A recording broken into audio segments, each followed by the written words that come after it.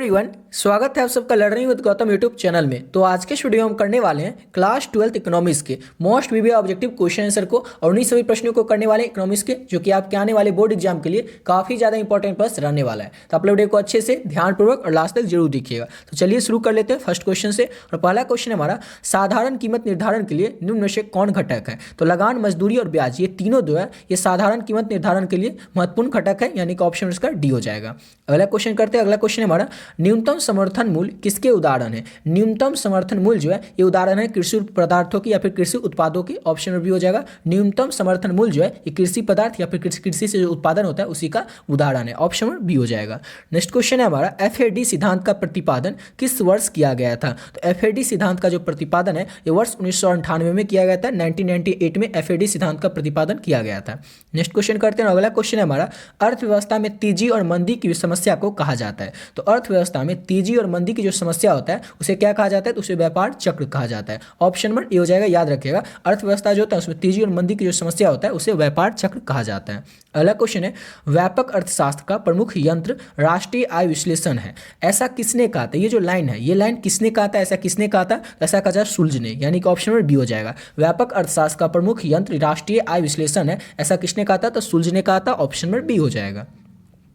Next question है, चार क्षेत्रीय मॉडल में निम्नलिखित में से कौन शामिल है? चार क्षेत्रीय मॉडल जो है उसमें से चारों में कौन कौन शामिल है? या ये ऐसे बताना, परिवार, फर्म, उद्योग शामिल है, या फिर परिवार, फर्म, सरकार शामिल है, या इनमें से कोई नहीं शामिल है? तो परिवार, फर्म और सरकारी और विदेशी क्षेत्र, ये चारों जो है ये चार विदेशी मॉडल में शामिल है, यानी कि ऑप्शन इसका बी हो जाएगा। अगला क्वेश्चन है हमारा, साधन लागत पर शुद्ध राष्ट्रीय उत्पाद को कहा जाता है? तो साधन लागत पर शुद्ध राष्ट्रीय उत्पाद को कहा क्या जाता है? तो उसे राष्ट्रीय आय कहा जाता है। ऑप्शन नंबर ए हो जाएगा। साधन लागत पर शुद्ध राष्ट्रीय उत्पाद को राष्ट्रीय आय कहा जाता है।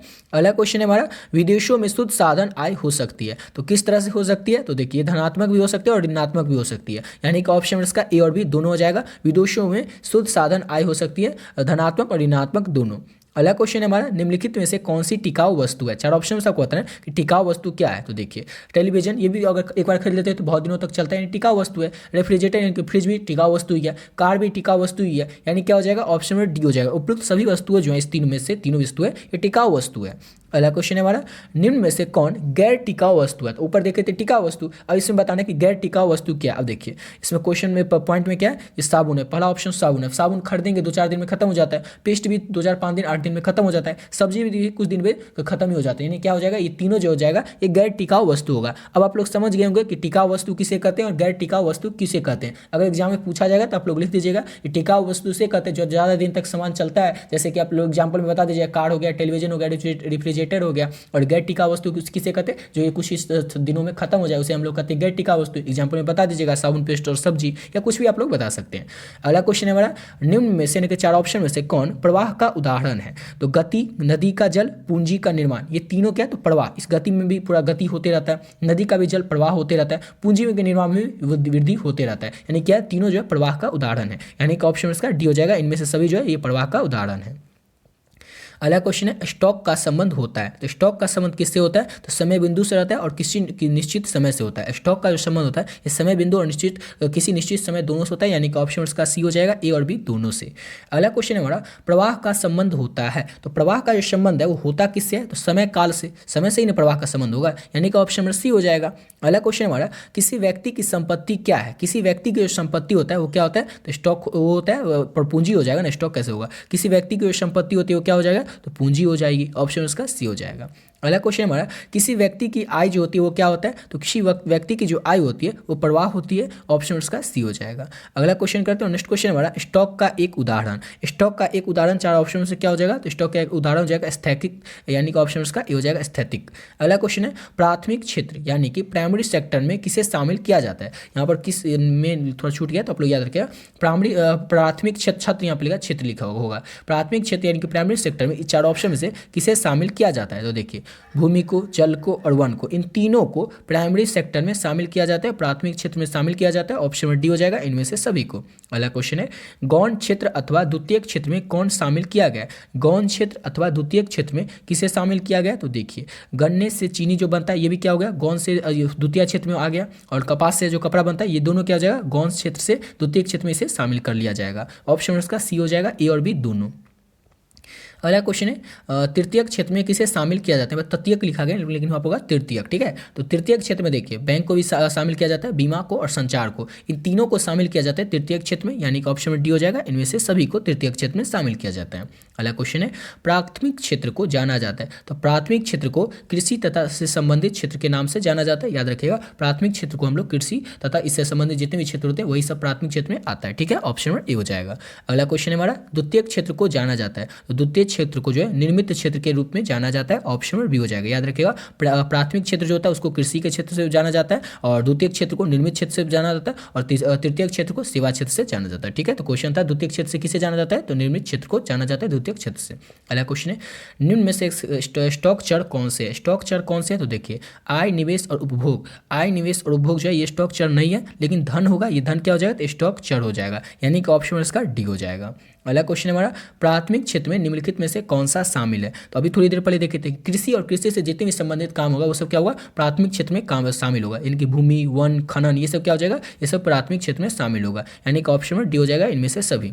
अगला क्वेश्चन है राष्ट्रीय आय में निम्न में से किसे शामिल किया जाता है। तो राष्ट्रीय आय में लगान, मजदूरी, वेतन, ब्याज, लाभ, इस सबको राष्ट्रीय आय में ही शामिल किया जाता है। राष्ट्रीय आय किसे कहते हैं ये सब आपको सब्जेक्टिव क्वेश्चन में ऑलरेडी बता रखे। अभी तक आप लोग सब्जेक्टिव क्वेश्चन का वाला वीडियो नहीं देखे तो चैनल के प्लेलिस्ट सेक्शन में जाकर देख सकते हैं। ठीक है, पढ़ते हैं अगले क्वेश्चन की ओर। और अगला क्वेश्चन हमारा स्थिर मूल्य पर आंकलित सकल राष्ट्रीय उत्पाद क्या होता है। तो स्थिर मूल्य पर आंकलित सकल राष्ट्रीय उत्पाद जो होता है वो वास्तविक जीडीपी होता है, और यानी कि ऑप्शन इसका बी हो जाएगा। अगला क्वेश्चन हमारा चक्रीय प्रवाह के अंतर्गत निम्नलिखित में से कौन शामिल है। चक्रीय प्रवाह के अंतर्गत निम्नलिखित में से जो है वास्तविक प्रवाह शामिल होता है और मौद्रिक प्रवाह दोनों शामिल होता है, यानी कि ऑप्शन ए और बी दोनों जो होता है ये चक्रीय प्रवाह के अंतर्गत शामिल किया जाता है। अगला क्वेश्चन है, और देखिए अभी तक आप लोग इस पीडीएफ को नहीं लिए तो आप लोग इस पीडीएफ को ले सकते हैं। ऑलरेडी बहुत सारे बच्चे जो इस पीडीएफ को ले चुके हैं। इस पीडीएफ आपको मिलेगा क्या कहता है इस पीडीएफ आप लोगों को आपका जो भी 5 सब्जेक्ट होगा ना उस 5 सब्जेक्ट का ऑब्जेक्टिव क्वेश्चन और सब्जेक्टिव क्वेश्चन दोनों मिलेगा। और इसमें आप जैसे इकोनॉमिक्स की बात करें जो भी आपका 5 सब्जेक्ट होगा आप लोग देख सकते हैं, इसी 10 में से कोई आपका 5 सब्जेक्ट होगा। जैसे इकोनॉमिक्स की बात करें, क्योंकि ये वीडियो देख रहे हैं तो आप लोग का इकोनॉमिक्स सब्जेक्ट होगा ही, तो इकोनॉमिक्स में आपको 400 ऑब्जेक्टिव क्वेश्चन मिलेगा और लघु उत्तरीय दीर्घ उत्तरीय वाला प्रश्न भी मिलेगा आपको। और ये अगर प्रश्न को कर लेते हैं, अगर इकोनॉमिक्स कितना क्वेश्चन को आप लोग कर लेते हैं 400 जो ऑब्जेक्टिव क्वेश्चन मिलेगा और जो लघु उत्तरीय दीर्घ उत्तरीय प्रश्न मिलेगा, तो इससे बाहर एक भी क्वेश्चन आप लोगों को बोर्ड एग्जाम में देखने को नहीं मिलेगा। आपके एग्जाम में जो भी प्रश्न आएंगे उसका 99% क्वेश्चन जो है वो इसी पीडीएफ से देखने को आपको मिल जाएगा। क्यों मिल जाएगा, क्योंकि इसमें जितने भी चैप्टर है ना आपके इकोनॉमिक्स में, इकोनॉमिक्स ही नहीं हर एक सब्जेक्ट के जितने भी चैप्टर है वो हर एक सब्जेक्ट, जैसे इकोनॉमिक्स की बात करें तो इकोनॉमिक्स में हर एक चैप्टर के जितने भी ऑब्जेक्टिव क्वेश्चन है ना सभी क्वेश्चन चैप्टर वाइज ऐड कर दिए। अब क्वेश्चन कहाँ से आएगा, बुक से ही आएगा, और बुक का जितने इंपॉर्टेंट ऑब्जेक्टिव है सब तो इसमें ऐड कर दे, सब वहीं से आएगा। सेम इसी तरह से सब्जेक्टिव क्वेश्चन कहाँ से आएगा, बुक से ही आएगा, और बुक का जितना भी इंपॉर्टेंट सब्जेक्टिव क्वेश्चन में भी लघु उत्तरीय दीर्घ उत्तरीय जो भी प्रश्न है सबको इसमें पीडीएफ में ऐड कर दे। समझ गए ना। और एक और आप बात आपको बताते हैं इकोनॉमिक्स में क्या होता है, आप लोग देखते हो इकोनॉमिक्स में साइकोलॉजी में क्या होता है कि लैंग्वेज जो रहता है, जैसे गेस्ट पेपर से आप लोग पढ़िएगा, मॉडल पेपर से पढ़िएगा, उसमें लैंग्वेज जो रहता है वो भारी लैंग्वेज रहता है, आपसे समझ में आता ही नहीं रहता कि इसका सब्जेक्टिव क्वेश्चन में इसका आंसर क्या होगा, इसका आंसर क्या होगा। लेकिन इसमें जो पीडीएफ में आंसर ऐड किए सब्जेक्टिव क्वेश्चन का भी लघु उत्तरीय और दीर्घ उत्तरीय प्रश्न का भी वो सिंपल लैंग्वेज, ऐसा लैंग्वेज अपनी भाषा में बनाया गया आंसर है, ताकि आप लोग उस सिंपल लैंग्वेज को अच्छे से समझ पाए और आपको याद भी हो जाएगा। ठीक है ना। अब आपके मन में एक और सवाल होगा कि आप लोग टाइम बीत गया, टाइम बचा ही नहीं है, लेकिन इस पीडीएफ को लेकर हम करेंगे क्या। तो देखिए अगर आपको बस एक दिन का भी टाइम है ना तो आप इसको कंप्लीट कर सकते हैं। बस एक दिन का टाइम नहीं, 5-6 घंटे का भी टाइम होगा तो आप लोग कंप्लीट कर सकते हैं। अब कैसे 5-6 घंटे में आप लोग कंप्लीट कर सकते हैं इसको वो बताते हैं। इकोनॉमिक्स में जितने भी चैप्टर है उसके ऑब्जेक्टिव क्वेश्चन कितना ऐड किए तो 400 ऑब्जेक्टिव क्वेश्चन, 400 और कर लेते हैं इसके बाद एक भी क्वेश्चन आपको देखने को नहीं मिलेगा। ऑब्जेक्टिव तो फिक्स है, सब्जेक्टिव में क्वेश्चन एक दो इधर उधर हो सकता है। तो ऑब्जेक्टिव आप जो 400 इसको कंप्लीट कैसे कीजिएगा, तो ज़्यादा से ज़्यादा आप लोग इसको 2 से 3 घंटा में कंप्लीट कर सकते हैं। एक अगर आप लोग आधा घंटा में 1 घंटा में इसको 100 क्वेश्चन को कर ले में तो 2 से 3 घंटा या 4 घंटा ही मान के चलिए, 4 से 5 घंटा में आप लोग क्या कर लीजिएगा, पूरा ऑब्जेक्टिव को कंप्लीट कर लीजिएगा। और 2 से 3 घंटा में आप लोग क्या कर लीजिएगा, पूरा सब्जेक्टिव को कंप्लीट कर लीजिएगा। यानी कि आपका ऑब्जेक्टिव कंप्लीट, सब्जेक्टिव कंप्लीट। आप कहिएगा सर सब्जेक्टिव कैसे 2 से 3 घंटा में हो सकता है, 2 से 3 घंटा में तो कोई वो प्रश्न याद होता है। तो देखिए इसलिए जो क्वेश्चन ऐड किया ना वो सिंपल लैंग्वेज में आप लोग जैसे ही क्वेश्चन को पढ़िएगा तो आप लोग को समझ में आ जाएगा पहला बार में। दूसरा बार जैसे पढ़िएगा आपको देख के पढ़ना है, देख के पढ़िएगा ना दूसरा बार आपको समझ में आ जाएगा। आपको रटना नहीं है, रट लीजिएगा तो क्या होगा एग्जाम में जाकर भूल जाएगा। आपको समझना है, इसलिए आपको एकदम सिंपल लैंग्वेज दिए ताकि आप लोग समझ जाएगा। और जितना क्वेश्चन है इंपॉर्टेंट वही सब दिए, कोई ज़्यादा क्वेश्चन नहीं है। जो इंपॉर्टेंट क्वेश्चन है आपके आने वाले बोर्ड एग्जाम के लिए वही इसमें सब्जेक्टिव और ऑब्जेक्टिव क्वेश्चन ऐड किए। तो आप लोग इस पीडीएफ को ले सकते हैं। और पीडीएफ का जो प्राइस है वो ओनली 25 रुपीज़ ही रखें, यानी कि 25 रुपये रखें। और आपके मन में बहुत सारे बच्चे रहते हैं, कॉल भी करने लगते हैं कि 25 रुपये में एक पीडीएफ मिलेगा या 5 सब्जेक्ट का पीडीएफ मिलेगा। तो आपका जो 25 रुपये इसमें आपका जो भी 5 सब्जेक्ट होगा उस 5 सब्जेक्ट का पीडीएफ मिल जाएगा। ऑब्जेक्टिव और सब्जेक्टिव दोनों मिलेगा। 5 सब्जेक्ट आपका कुछ भी हो सकता है, चाहे आपका हिंदी हो, हिस्ट्री हो, पॉलिटिकल साइंस हो, English, geography, music, home science, psychology, sociology, economics, इसी 10 में से कोई आपका 5 सब्जेक्ट होगा, उस 5 सब्जेक्ट का पीडीएफ आप लोग को मिल जाएगा। ठीक है, और पीडीएफ का जो प्राइस है ओनली 25 रुपीज़ है। और लेना किस तरह से, तो ये देखिए नंबर है 7903820899। इस नंबर पर आप लोग फोन पे, गूगल पे, पेटीएम कुछ भी कर सकते हैं। जैसे नंबर पर आप लोग फोन पे या गूगल पे, पेटीएम में डालेगा तो नाम आ जाएगा गौतम कुमार। उसमें आपको क्या करना है, 25 रुपये डाल देना और इसका स्क्रीनशॉट लेकर के आप लोग को इसी नंबर के व्हाट्सएप पे भेज देना है। और जो भी आपका 5 मिनट होगा आप लोग 5 मिनट बता दीजिए और इसका पीडीएफ जो होगा आप लोग को मिल जाएगा। ठीक है, अब बढ़ते अपने अगले क्वेश्चन की ओर। और अगला क्वेश्चन है हमारा, परिवार एवं फर्म के बीच वस्तुओं एवं सेवाओं को प्रवाह को कहते हैं, तो उसे क्या कहते हैं, तो वास्तविक प्रवाह कहते हैं। ऑप्शन बी हो जाएगा। और पूछा जा सकता है आपके एग्जाम में सब्जेक्टिव क्वेश्चन में भी, ये वास्तविक प्रवाह किसे कहते हैं, तो परिवार एवं फर्म के बीच वस्तुओं एवं सेवाओं के प्रवाह को हम लोग वास्तविक प्रवाह कहते हैं। ऑप्शन में बी हो जाएगा। अगला क्वेश्चन है, निम्न में से कौन राष्ट्रीय आय में शामिल नहीं किया जाता है। राष्ट्रीय आय में किसे शामिल नहीं किया जाता है, तो स्वरोजगार की मिश्रित आय को राष्ट्रीय आय में शामिल नहीं किया जाता है। आकस्मिक आय को, परिचालन अधिशेष को, कर्मचारियों का परिश्रमिक को, इस सबको क्या किया जाता है, राष्ट्रीय आय में शामिल किया जाता है। अगला क्वेश्चन है हमारा, किसी अर्थव्यवस्था में एक वर्ष के अंतर्गत उत्पादित अंतिम वस्तुओं तथा सेवाओं के मूल्य को कहते हैं, तो इसे हम क्या कहते हैं, इसे हम लोग राष्ट्रीय आय कहते हैं। यानी किसी भी अर्थव्यवस्था में पूरे एक वर्ष में जितनी भी कमाई होती है, जितना भी मूल्य कमाया जाता है अंतिम वस्तुओं तथा सेवाओं के द्वारा, उसे हम क्या कहते हैं, तो राष्ट्रीय आय कहते हैं। अगला क्वेश्चन है, राष्ट्रीय आय की गणना निम्न में से किससे बचना है। राष्ट्रीय आय की जो गणना है निम्न में से किससे बचना है, तो दोहरी गणना से बचना है। ऑप्शन उसका सी हो जाएगा। नेक्स्ट क्वेश्चन है हमारा, ब्रिटिश भारत में राष्ट्रीय आय लिखी थी। ब्रिटिश भारत में राष्ट्रीय आय लिखी थी तो किसने लिखा था, तो बीसी महालनोबिस ने। बीसी महालनोबिस ने ब्रिटिश में भारत में राष्ट्रीय आय को लिखा था। अगला क्वेश्चन करते हैं। नेक्स्ट क्वेश्चन है, यदि अर्थव्यवस्था में सभी लोग अपनी बचत की प्रवृत्ति को बढ़ाते हैं तो अर्थव्यवस्था की कुल बचत क्या होगी, तो उसमें वृद्धि होगी। अगर अर्थव्यवस्था में सभी लोग जो होंगे अपनी बचत की जो प्रवृत्ति होंगी उसको बढ़ा देंगे तो क्या होगा, सभी लोग बचत करेंगे तो क्या होगी, आय में वृद्धि होगी। ऑप्शन नंबर ए हो जाएगा। अगला क्वेश्चन है हमारा, सामान्य कीमत स्तर में वृद्धि है, तो सामान्य कीमत स्तर में वृद्धि जो होता है उसे क्या कहते हैं, तो स्फीति कहते हैं। ऑप्शन इसका ए हो जाएगा। पूछा जा सकता है, समझ गए, लेकिन स्फीति में आपको और भी कुछ लिखना पड़ेगा, वो सब पीडीएफ में आपको ऐड कर दिए क्वेश्चन। और सब्जेक्टिव क्वेश्चन का वीडियो ऑलरेडी चैनल पर अपलोड है तो वो देख सकते हैं, उसमें बता चुके हैं स्फीति किसे कहते हैं। अगला क्वेश्चन है, सकल उत्पाद तथा निर्धारण केवल समस्त मांग के स्तर पर निर्भर करता है, इसे कहते हैं। ऐसा इसने किसने कहा, इसे क्या कहते हैं, इसे प्रभावी मांग का सिद्धांत कहते हैं। देखिए, सकल उत्पादन का निर्धारण जो होता है ये केवल समस्त मांग के स्तर पर ही निर्भर करता है, इसे क्या कहा जाता है, तो इसे प्रभावी मांग का सिद्धांत कहा जाता है। ऑप्शन नंबर ए हो जाएगा। अगला क्वेश्चन है, केन्स का रोजगार सिद्धांत निम्नलिखित में से किस पर निर्भर करता है, तो प्रभावपूर्ण मांग पर। ऑप्शन में कहाँ पे, तो ऑप्शन इसका ए हो जाएगा। प्रभावपूर्ण मांग पर केन्स का जो रोजगार सिद्धांत है वो क्या होता है, निर्भर करता है। ऑप्शन नंबर ए हो जाएगा। अगला क्वेश्चन हमारा, रोजगार स्तर के निर्धारण के लिए सामूहिक मांग तथा सामूहिक पूर्ति की अवधारणा का प्रयोग किसने किया था, तो जे.एम. केन्स ने किया था। जे.एम. केन्स ने रोजगार स्तर के निर्धारण के लिए सामूहिक मांग तथा सामूहिक पूर्ति की अवधारणा का प्रयोग किया था। ऑप्शन नंबर बी हो जाएगा। अगला क्वेश्चन हमारा, पूंजीगत पदार्थ कौन सा है। 4 ऑप्शन में सबको बताना है, तो मशीन, यहाँ पर मशीन होगा, मशीन, बिल्डिंग और औजार, ये क्या होगा, तो ये तीनों जो होगा ये हो जाएगा पूंजीगत पदार्थ, यानी कि ऑप्शन में डी हो जाएगा। अगला क्वेश्चन है हमारा, नेक्स्ट क्वेश्चन, किसने कहा अस्तु उपभोग प्रवृत्ति उपभोग व्यय एवं आय के किसी भी विशेष स्तर का अनुपात है। ऐसा किसने कहा था, तो कुरिहारा ने कहा था। कुरिहारा ने कहा था कि अस्तु उपभोग प्रवृत्ति उपभोग व्यय एवं आय किसी भी विशेष स्तर का अनुपात है। ऑप्शन इसका ए हो जाएगा। किसने कहा था, तो इसका कुरिहार ने कहा था। अगला क्वेश्चन है हमारा, ये तो किसने कहा था अस्तु उपभोग की प्रवृत्ति विशेष आय का स्तर उपभोग पर एवं आय का अनुपात है। ये तो सेम ही क्वेश्चन है, समझ गए। अगला क्वेश्चन कर लेते हैं। और नेक्स्ट क्वेश्चन है हमारा, किसने कहा था, तो सीमांत उपयोगिता, सीमांत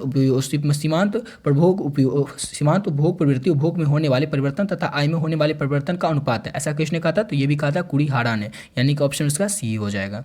अगला क्वेश्चन कर लेते हैं। और नेक्स्ट क्वेश्चन है हमारा, आय के विभिन्न स्तरों पर बचत तथा आय का अनुपात क्या कहलाता है। तो ये क्या कहलाता है, पता ही होगा, बचत प्रवृत्ति आय कहलाता है। आय के विभिन्न स्तर पर बचत तथा आय का जो अनुपात होता है वो बचत प्रवृत्ति आय कहलाता है। ऑप्शन ए हो जाएगा। अगला क्वेश्चन है, निम्नलिखित में से वास्तविक निवेश है, तो वास्तविक निवेश क्या होता है, तो भवन का निर्माण करना, ये क्या हो जाता है, वास्तविक निवेश होता है। अगला क्वेश्चन कर लेते हैं।